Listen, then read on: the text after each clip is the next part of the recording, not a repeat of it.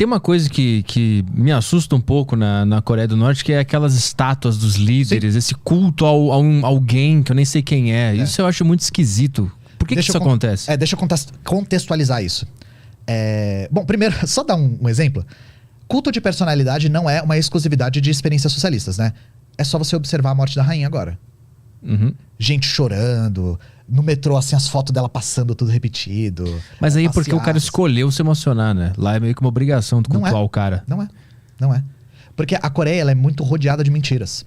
Então todas essas ideias de não pode cortar o cabelo, não pode dobrar o jornal na foto do líder, não pode ter cachorro. Pô, mas as pessoas que foram lá dizem isso, né? Veio um cara que foi pra lá, veio aqui e falou que realmente não pode dobrar o posterzinho do cara lá. Ele tirou isso, com todo respeito, diretamente da bunda dele. Porque não, mas ele foi, a guia falou. A guia não falou, tenho certeza. Porque os caras que estudam na Coreia foram pra lá, fotografaram gente dobrando o jornal. Mas aí o cara vem e fala, não pode. Não fala. O cara desdobra. Isso é ridículo. Porque todo mundo que estuda a Coreia e foi pra lá, tentou aferir isso. Isso não é verdade. E o cara que morreu por causa do pôster lá? O cara que arrancou o pôster do hotel. E voltou em coma. Sabe de onde vem a maior parte dessas Sabe de onde vem a maior parte dessas notícias? O cara voltou em coma. Primeiro, duas coisas. Sabe de onde vem a maior parte dessas notícias? De um veículo de notícias, né? Um veículo de comunicação situado na Coreia do Sul, que é literalmente financiado pela CIA, que é a Radio Free Asia. É um veículo de propaganda. É daí que vem essas coisas de que na Coreia não pode isso, na Coreia não pode aquilo, na Coreia blá blá blá, na Coreia não sei o quê. Eu garanto pra vocês, de pés juntos, 99,9% é mentira e o resto é meia verdade, tá? Porque as pessoas que real estudam a Coreia, já foram lá, moraram lá, não conseguiram verificar isso. E isso é ridículo. É ridículo porque não faz o menor sentido. Inclusive, aí falando a respeito do próprio Kim Jong-un, né, que é agora o líder. Primeiro, ele não é o líder máximo, ele não é um ditador porque ele não acumula funções. Lá na Coreia tem divisão de poderes, ele faz parte, ele é líder de um poder e ele é eleito pela Assembleia, ele pode ter recall a qualquer hora. Então, diferente, por exemplo, da ditadura no Brasil, depois do AI-5, o presidente tinha poder de lei. Lá, isso não existe. Ele é eleito pela Assembleia, que por sua vez é eleita pela população por sufrágio, direto, universal, secreto e tal. As estátuas que tem, por exemplo, tem lá em Pyongyang, não tem estátua dele. Tem estátua de quem já morreu, que são os antecessores dele. E aí a questão é, existe culto de personalidade na Coreia? Sim. Sim. Só que isso tem a ver com a história da Coreia, que é uma história de milhares de anos já. A Coreia, ela vê no papel do líder um papel fundamental. Os coreanos, né? Os coreanos veem no papel do líder um papel fundamental. Então, sim, existe um culto de personalidade muito forte lá. Só que a questão é, em momento algum, esse culto de personalidade, ele digamos assim, forçado, né? Ele é uma coisa que os coreanos se veem na família Kim, principalmente pelo contexto que a família Kim participou durante o processo revolucionário coreano. Então imagina o seguinte, a Coreia era um estado cliente da China antes. Já no século XIX ela começa a ser ameaçada pelo Japão. E em 1910 o Japão anexa a Coreia. O Japão imperial coloniza a Coreia. O Japão colonial explora a mão de obra dos coreanos. O Japão colonial proíbe o coreano. Proíbe nomes coreanos. Os coreanos tinham que ter nomes japoneses. E, pior de tudo, o Japão imperial faz casas de conforto na Coreia, que eram prostíbulos para os japoneses, na qual as coreanas deveriam servir aos japoneses. Até hoje, o Japão não reconhece esse crime de guerra. Até hoje. Todas as vezes que os coreanos levantam estátuas para lembrar desse passado, os japoneses pedem para tirar. Mesmo na Coreia do Sul. Porque só existe uma Coreia, né? E ainda só existe uma Coreia, a divisão é artificial, né? E aí, nessa época, um cara chamado Kim Il-sung, né, que foi o primeiro líder da Coreia, ele foge para Manchúria e ele faz parte do Partido Comunista Chinês. Ele entra pro Partido Comunista Chinês. E dentro do Partido Comunista Chinês, ele começa a combater o imperialismo japonês. E aí, em 1945, junto com a ajuda da China e a ajuda do Exército Vermelho, eles conseguem expulsar os japoneses da Península Coreana. E aí eles fazem o primeiro passo da Revolução Coreana, que foi em 45. A Coreia só se funda como um estado soberano socialista em 48, né?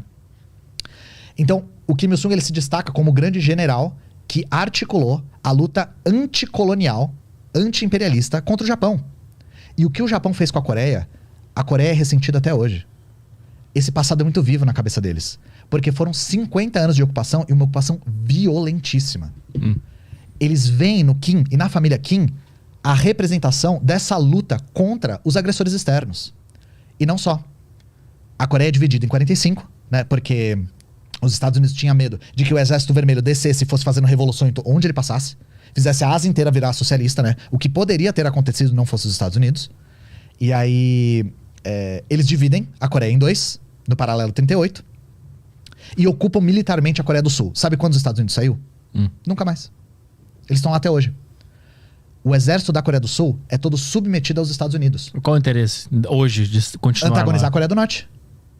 Fazer frente a um dos poucos estados socialistas que ainda persiste. Impedir a proliferação daquela ideia.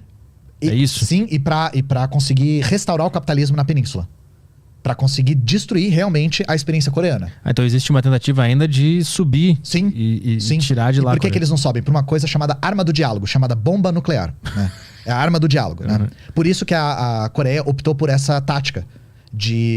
Eles têm uma política chamada política Songun, que é... A gente pode traduzir como military first, né? Forças armadas primeiro. Antes de qualquer coisa, a Coreia tinha que se armar para se proteger da agressão externa. E aí foi aí que eles investiram pesado em tecnologia nuclear, que é uma tecnologia de uso dual. Eles podem usar para outras coisas e para a defesa. E a bomba nuclear garante que a Coreia consiga ter a sua experiência continuada. Mas qual é o interesse dos Estados Unidos de desativar lá o comunismo lá e botar o capitalismo lá também? Toda e qualquer experiência socialista que tem na face do planeta, os Estados Unidos vai antagonizar. Porque toda e qualquer experiência socialista se mostra uma inspiração para o movimento trabalhador mundial. Tá, é o medo de que isso influencie outras pessoas. Sim, e pode influenciar. E aí eu falo por quê. Mas voltando à história do Kim Il-sung, né? O Kim Il-sung já tinha se destacado como um grande líder do Partido do Trabalho, né? E ele se torna presidente da Coreia nessa época. O presidente Kim Il-sung, generalíssimo, eles falam, né? E aí, em 1950, os Estados Unidos invadem a Coreia. E os Estados Unidos invadem a Coreia e eles fazem um genocídio na Coreia. Os Estados Unidos matam entre 3 e 4 milhões de pessoas num país de 8 milhões de pessoas. Os Estados Unidos jogam mais bombas na Coreia do que eles tinham jogado em toda a Segunda Guerra Mundial. Os Estados Unidos destroem barragem, destroem plantação, destroem escola, destroem hospital. Não sobrou um prédio de pé na capital. Que ano é isso? 50. Tá. A guerra acaba em 53, a Coreia resiste. É o que eles falam. Se um lobo ataca um gato e o gato sobrevive, o gato ganhou esse embate. Foi isso que aconteceu. A Coreia resiste e a perda da Coreia para os Estados Unidos é muito amarga. Eles ficaram muito... Foi a primeira guerra que os Estados Unidos perdeu. Perdeu no sentido de eles não atingiram os objetivos deles. A segunda ia ser o Vietnã. O Vietnã é socialista até hoje porque o Vietnã ganhou a guerra. E aí o paralelo 38 é restaurado e aí as Coreias se dividem como a gente conhece hoje, né? A memória da guerra dos Estados Unidos sob liderança do Kim Il-sung é muito viva na cabeça dos coreanos. Então eles veem no Kim Il-sung um símbolo de resistência contra o imperialismo japonês e contra a agressão estadunidense. Mas aquele papo que o cara é obrigado a parar na frente da estátua e olhar pra baixo, isso é mentira? Não existe nada que confirme isso. Porque essa coisa da Coreia, ela é uma via de mão dupla, né? Eu sei que indo lá pra Coreia você tem que parar na estátua. E aí voltando não dá pra saber nada que acontece na Coreia.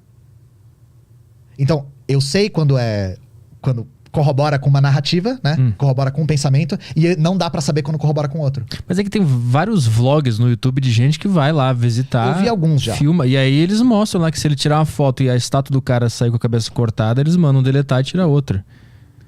Eu nunca vi isso, mas eu já vi o cara, por exemplo, falando que, eu recebi o jornal aqui, eu não posso dobrar. O cara, ele só falou isso, sabe? Porque ele leu em algum lugar que não pode. Só que em momento nenhum você encontra documentação na Coreia falando que não pode. Pelo que eu vejo desses vlogs, é uma orientação dos guias lá, que eles falam que não pode, também que, os vlogs, que é pra enrolar os vlogs que eu vi, eu não vi essa orientação também. Eu tô sendo honesto, tá, gente? Tô sendo honesto. Mas aí, botando mais o pé no chão, a gente não encontra documentação legal da Coreia falando sobre essas coisas. Mas também eles não fariam, né? Por que uma documentação legal sobre uma opressão ao povo. Né? Eles vão escrever legalmente assim. Todas as outras ditaduras fizeram? Por que a Coreia não faria? Pra não pegar mal, não sei. Se tem uma coisa que a Coreia não se importa é com pegar mal. Não é verdade. Os caras, eles não ligam de verdade. É verdade. Assim. E aí a questão em termos concretos, né? Primeiro de tudo, a Coreia é uma dinastia? Não. A Coreia não é uma dinastia. Mas não são 3 pessoas que venceram as eleições seguidas da mesma família? Sim, só que tem uma questão. Primeiro, o Kim Il-sung eu já falei, né? Ele era o líder máximo, era a pessoa mais reconhecida, se tornou secretário-geral do partido e ficou na liderança até ele morrer. Justamente por esse passado de prestígio que eu acabei de narrar, né? Você pode não gostar, mas faz sentido. Faz sentido porque a gente não viveu o que os coreanos viveram. E aí, quando ele morre, não é o filho dele que ascende ao poder? Sim, só que não imediatamente. Primeiro, não existe nenhuma documentação coreana dizendo o sucessor tem que ser o filho da família Kim. Não existe. Ah, mas isso existe em outros lugares? Sim. Exemplo, a Inglaterra. Na monarquia, existe a documentação. O sucessor tem que ser a prole mais velha, etc. Isso existe. Tá? Outra coisa. A eleição do Kim Jong-il, que é o cara dos óculos grossos, sabe? O segundo líder, que é um dos que tem a estátua lá. Não foi unânime. Inclusive, ele quase não ganhou. A disputa foi tão intensa nessa época que o posto de chefe da Assembleia ficou desocupado por 3 anos. Existe oposição lá? Muita oposição. A oposição foi tão forte que não existe oposição de direita com ingerência no Estado, mas existe oposição à linha do Kim, por exemplo, a linha da família Kim. Isso existe. Inclusive, existe tanta oposição que o Kim Il-sung quase não ganhou a eleição. Ele ganha com uma margem muito pequena e depois de 3 anos de disputa. Se fosse uma passagem automática de dinastia, isso teria sido automático, sabe? Então, as coisas não funcionam dessa maneira. Outra coisa, existe divisão de poderes na Coreia. Inclusive, por exemplo, o posto que o Kim Jong-un ocupa acumula menos cargos que o Joe Biden. Ele tem menos poder sobre a Coreia do que o Joe Biden tem sobre os Estados Unidos. Quem tem o poder supremo lá é a Assembleia. É a Câmara. Que pode ser eleita, que é eleita, inclusive, né? Pelo povo? Pelo povo, de maneira direta. E aí, você imagina, a Coreia não tem burguesia. Não existe burguesia na Coreia. Mas os líderes são ricaços, não? Não. Eles têm acesso a coisas que a população não tem. Fato. Mas ricaços não são ricaços. E isso tudo da questão dos líderes serem ricaços é engraçado, porque se faz um paranauê imenso pra tentar provar isso, e nunca se prova, né? O Fidel Castro, por exemplo, colocavam ele na Forbes como sendo um dos homens mais ricos do mundo, né? Como? Falando que o PIB de Cuba era a fortuna dele. Fica fácil assim, né? Claro que o PIB de Cuba não é a fortuna do Fidel Castro, não era a fortuna do Fidel Castro, né, gente? Novamente, essa galera tem acesso a coisas que a população comum não tem? Sim. Eles são ricaços, privilegiados que vivem no luxo? Não. Alguém conseguiu provar isso? Não. Isso tudo é por inferência, tá? Novamente, quem compõe a Assembleia? Trabalhadores. Não existe burguesia. Então é varredor de rua, é funcionário público, é professor, é agricultor, é gente que trabalha na construção civil. Essas pessoas trabalham na Assembleia, né? São eleitas de forma direta e a maior parte é eleita independente, não faz parte de nenhum partido. Outra coisa, a Coreia tem 3 partidos, que é um a mais do que os Estados Unidos na prática. Você pode fazer parte de um dos 3 ou nenhum, que a maior parte das pessoas não faz. Porque a ideia não é representar um partido, a ideia é representar os seus interesses locais. O seu interesse como pedreiro, o seu interesse como varredor de rua, sabe? E aquele papo que tu não pode comprar um carro lá, quem decide quem vai ter carro é o governo. Isso é fato. Isso é fato? Mas por quê? Porque eles têm uma escassez muito grande de produção. Muito mesmo. Países que são bloqueados, como a Coreia, e como Cuba mesmo, não conseguem produzir bens de consumo no mesmo ritmo que países imperialistas, por exemplo. Então, como a Coreia soluciona esse problema? Eles fazem um planejamento urbano para que as pessoas morem muito perto dos seus trabalhos. Então, a ideia é que... Eu não lembro exatamente qual que é a bicicletinha lá. Eles usam a bicicleta, mas a ideia é você poder ir a pé. Você tem que ficar pelo menos 1 quilômetro do trabalho.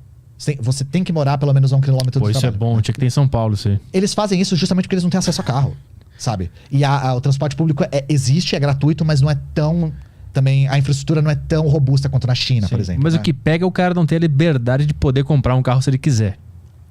Não tem, mas essa liberdade é cerceada pelo bloqueio. A Coreia não pode comprar coisas de fora. E não só... Gente, vocês não fazem ideia de como é um bloqueio, sabe? A Coreia, por exemplo, se fala muito de insegurança alimentar na Coreia. Se você olhar o mapa da fome, a Coreia tá em laranjinha, sabe? Tá em insegurança, né? A Coreia é forçada a produzir 98% dos seus alimentos. Em um país, e aí vamos considerar que a Coreia do Norte é um país só, né? Mas na verdade eles consideram a Coreia toda como um país dividido. O território que ficou pro norte tem só 13% de terra agricultável. O território do norte é muito montanhoso. Então, esse território montanhoso é forçado a produzir, por exemplo, 98% do seu alimento por causa do bloqueio. Eles podem importar muito pouco. E outra coisa, Eles conseguem ter uma segurança de calorias diárias? Sim. Até maior que a Coreia do Sul, em quantidades de calorias. Só que por que a Coreia do Norte entra em insegurança alimentar? Porque eles não conseguem produzir localmente alguns alimentos que têm certos nutrientes. Então, por exemplo, eles têm um problema muito sério de suprir vitamina C para a população. Porque eles não conseguem produzir e não podem importar. Então, se a população tem um déficit de alguma vitamina essencial que pode causar doenças, eles entram no mapa da desnutrição já. Isso que explica a desnutrição na Coreia. E aí, para bens de consumo, isso também é verdade. O carro é um bem de consumo que demanda uma quantidade de tecnologia e capital constante para ser produzido em massa muito alta. Muito mesmo. A Coreia não pode importar nem se ela quiser. A Coreia tem carros produzidos na China, na maior parte das vezes, né? E consegue importar em menor número. Não é prioridade deles também. Cuba é a mesma coisa. Por que os carros de Cuba são tão velhos, né? Isso é uma coisa que se critica muito de Cuba. Porque os carros de Cuba são da época da União Soviética. Cuba é bloqueada, não consegue comprar de fora e comprava os carros da União Soviética na época. E não tem autonomia industrial. Então os carros são velhos por conta disso. E assim, no caso de Cuba, se fala muito sobre como não é um bloqueio, é um embargo dos Estados Unidos. Se só os Estados Unidos bloqueiam Cuba, por que Cuba tem tantos problemas? Tenta comercializar internacionalmente sem passar pelos Estados Unidos. Se tiver um parafuso produzido nos Estados Unidos, eles não podem comprar. E se não tiver, tenta pagar. Passa pelo sistema bancário estadunidense, eles não podem comprar. Nem se eles tiverem dinheiro. Isso aconteceu na pandemia também. Eles tinham a vacina própria, o único país latino-americano que fez uma vacina própria foi Cuba. Eles não tinham agulha. Não tinham agulha porque eles não conseguem produzir. E não podiam comprar de fora por conta do bloqueio. Porque os Estados Unidos ele vai se vingar de alguém que comercializar com Cuba. Ele vai ficar puto e vai... Eles fazem sanções com quem comercializa com Cuba. E aí, como não tem como não comercializar com os Estados Unidos, eles acatam ao bloqueio. Sabe? E a Coreia do Norte é a mesma coisa. Pior até, o bloqueio da Coreia do Norte é mais violento. Quem que negocia com eles lá? Quem pode? Só a China? Não, vários países negociam. Mas é em zonas especiais, em menor grau. E no caso de Cuba, os Estados Unidos bloqueiam Cuba. No caso da Coreia, são vários países que bloqueiam a Coreia. Porque a Coreia se demonstra como uma ameaça para a estabilidade da região. A Coreia tem uma bomba, é ameaça. Os Estados Unidos tem centenas, não é ameaça, né? É 2 pesos e 2 medidas. Claro. E por que tem aquele papo de que as pessoas tentam fugir da Coreia do Norte para do Sul e morrem? Isso tem um fundo de verdade, Primeiro, o vocabulário aqui não é neutro. Todas as vezes que alguém sai de um país socialista e vai para um país capitalista, essa pessoa é tratada como dissidente. Todas as vezes que acontece de um país para o outro, mesmo entre países capitalistas, é imigrante. Esse vocabulário não é neutro. Gente, as pessoas simplesmente imigram às vezes, tá? Elas só imigram. Algumas pessoas imigram. Tem imigrantes cubanos no Brasil? Tem. Eles são dissidentes? Não, eles são imigrantes, tá? Eles imigraram. Mas eles não são considerados pelo Estado cubano como dissidente? Não, eles podem imigrar. Eles podem imigrar. O difícil é conseguir dinheiro pra imigrar. Mas por que eles têm que fugir? Por que eles não podem simplesmente ir? Então, por conta no caso da Coreia, vamos falar da Coreia. A Coreia ainda tá em guerra. A Coreia está em armistício. Então, por exemplo, pessoas que fogem pra Coreia do Sul, é difícil também pelo lado do Sul. A gente tem a ilusão de que o Sul tá assim, vamos receber os coreanos do Norte, coitados, porque aqui eles vão pra Terra da Liberdade. Não é assim. Por conta da legislação do Sul mesmo é difícil migrar. Onde que os coreanos têm um trânsito muito livre? Na China. Os coreanos imigram pra China o tempo todo. A Coreia do Sul não recebe? Nossa, muito pouco. Mas eu já vi aqueles vídeos do cara da Coreia do Norte tentando passar pela fronteira e os caras dando tiro no cara. Então, isso acontece do outro lado também, né? Porque aquela zona é uma zona militar de alta segurança, né? E existe uma questão de... Novamente, a Coreia ainda está em guerra. A questão é, houve um fluxo grande de pessoas fugindo da Coreia pro Sul? Sim. Sim. Só que quando? Não é agora. Agora acontece muito pouco. Aconteceu muito na década de 90. Por quê? A Coreia é um país bloqueado. Só que, antes da década de 90, existia a União Soviética. E existia o Bloco do Leste. Antes, a Coreia desenvolvida era a do Norte. A Coreia pobre era a do Sul. Isso se inverte na década de 90. Depois que a União Soviética se desfaz e o Bloco do Leste se desfaz, a Coreia perde 40% do seu comércio do dia pra noite. Por quê? O Bloco do Leste fala assim, os países do leste europeu, agora a gente só aceita dinheiro. Eles trocavam espécie antes. Então, a queda no comércio e por conta do bloqueio, deu um choque dentro da Coreia que fez com que a década de 90 ficasse conhecida lá como Árdua Marcha. Foi uma década de fome, de falta de suprimento, e aí é nessa época que a gente vê gente fugindo, nadando pro sul, correndo pra lá, porque se você for ver, as pessoas que imigraram, né, aí no caso a gente pode chamar de dissidentes, mas enfim, Pessoas que vieram do norte pro sul e aparecem na TV, geralmente têm a minha idade. 28, 30. Fugiram na época da Árdua Marcha. Por quê? Não só a Coreia teve um problema muito sério de suprimento de alimentos, lembra que eu falei que eles só têm 13% de terra agricultável? Como eles tiveram falta de acesso a combustíveis. Eles não conseguiam mais comprar petróleo, e gasolina, e diesel. Então eles tiveram que voltar para tração animal. Aí, isso somado a não poder comprar alimento, não conseguir produzir o suficiente dentro do país num território muito montanhoso, com focos assim de possibilidade de agricultura e às vezes catástrofe climática também, né? E voltando para tração animal. Essa época, sim, os coreanos passaram muita fome, muitos foram pro sul por conta da fome. Inclusive, existe um oportunismo muito perverso de tráfico humano, né? De escravização sexual de mulheres que tentam fugir do norte e pro sul. Mas a fuga se dá por conta dos dois lados.